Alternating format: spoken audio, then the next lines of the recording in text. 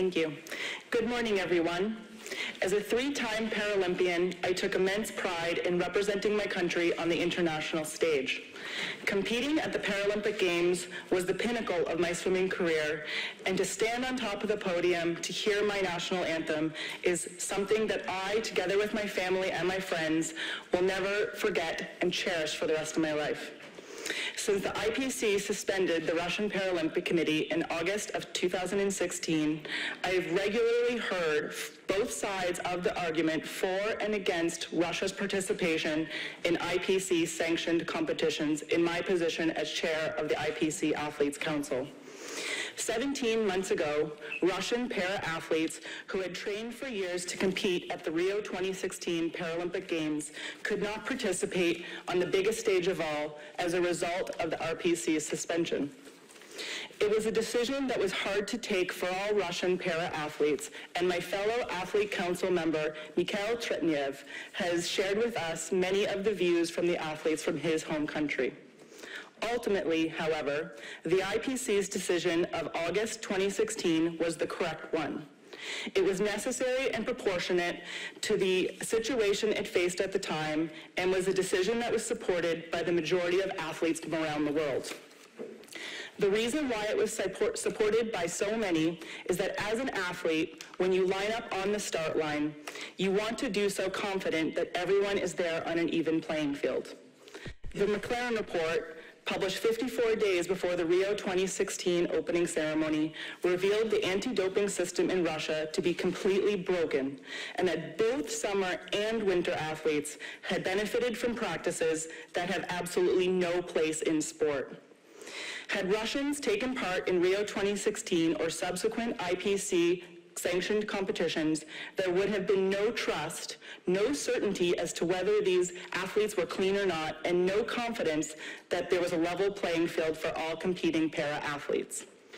I think all para-athletes within the Paralympic movement will always feel an element of sympathy for the Russian athletes that could not compete at Rio 2016. They knowingly or unknowingly were part of a complex and highly calculated system that was designed to cheat their opponents. And this is why this sympathy is mixed with anger and regret. Anger that para-athletes have missed out on international medals, including Paralympic medals at the Sochi 2014 Games, and regret that para-athletes have been denied the opportunity to stand atop the podium to hear their national anthem and prevented from reaping the benefits of winning a gold medal. The IPC governing board decision to allow Russian athletes who meet strict conditions to compete as neutrals at the Pyeongchang 2018 Paralympic Winter Games was not taken lightly. But it was a decision that was taken with the interest of all para-athletes at its heart. As a member of the IPC Athlete Council and the athlete representative to the IPC governing board, the athlete viewpoint is always front of mind. A core view shared by each of our council members is that it is vital that the international governing body thinks about all athletes and does its utmost to protect clean sport. I think this latest decision ensures this. For Russia para-athletes, though as neutrals, the decision gives them the opportunity to fulfill their Paralympic dream.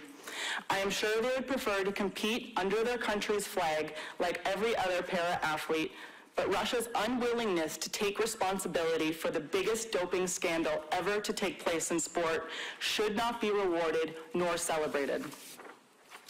For the athletes of the other competing countries, they can compete in confidence that their rivals are regularly tested by RUSADA and others under the supervision of WADA and the International Paralympic Committee. To compete in Pyeongchang, Russian athletes will have to also meet strict conditions. A level playing field is all any athlete wants, and I truly believe we'll have this in Pyeongchang when the Paralympic Winter Games open on March 9th. Thank you.